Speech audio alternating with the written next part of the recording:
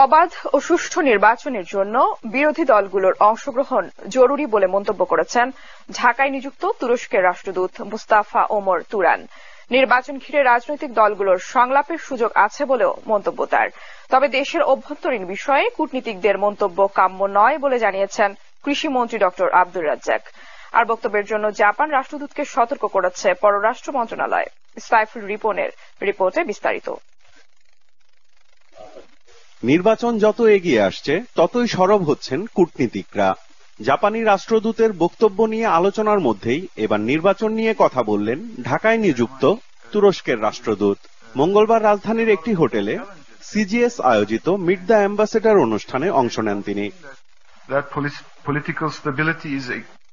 অনুষ্ঠানে জাতীয় আন্তর্জাতিক নানা ইস্যুর পাশাপাশি এ সময় বাংলাদেশের আসছে দ্বাদশ জাতীয় সংসদ নির্বাচন বিষয়টিও উঠে আসে।